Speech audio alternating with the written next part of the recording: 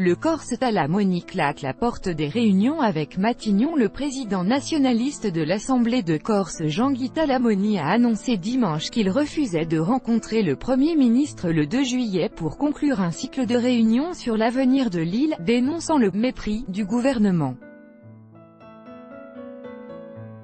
À défaut d'un signal fort public, peu probable en l'état, indiquant que Paris entend rompre avec sa politique méprisante pour négocier loyalement avec la Corse, je ne rendrai pas à cette rencontre censée conclure ce cycle de réunions, écrit l'indépendantiste Jean-Guy Talamoni dans une lettre à Édouard de Philippe. Convié le 2 juillet, et directement compétent pour intervenir dans ces discussions, le chef de l'exécutif corse, Gilles Simeoni, a refusé pour sa part de commenter cette décision. Lui décidera de faire le déplacement ou non, après avoir consulté mon conseil exécutif et les deux groupes de la majorité territoriale, les autonomistes dont il est issu, et les nationalistes de M.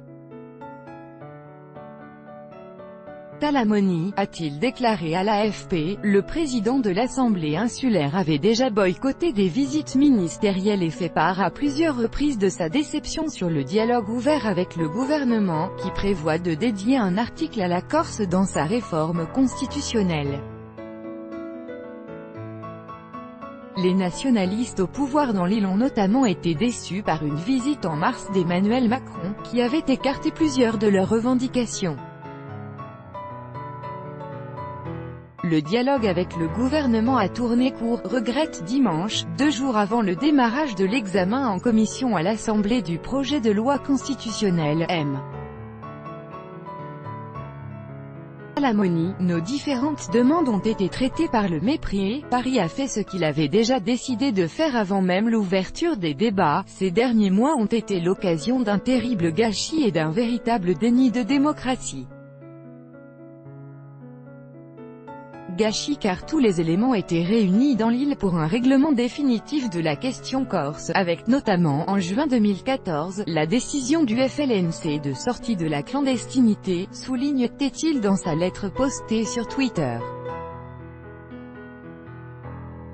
Les électeurs ont donné lors des élections territoriales fin 2017, une majorité absolue à une liste se réclamant du mouvement national corse, mais Paris n'a voulu en tenir aucun compte, étant l'un des responsables d'un petit pays, soumis jusqu'à aujourd'hui au dédain et à l'arbitraire. Je n'ai que peu de moyens pour combattre l'injustice qui continue à être faite à mon peuple, poursuit monsieur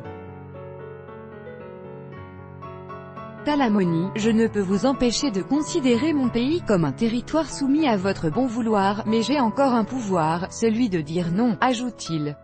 En mars, monsieur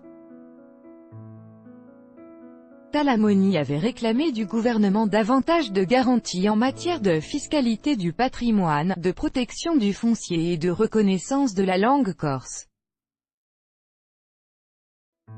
Tout droit de reproduction et de représentation réservé, copyright 2018, Agence France Presse.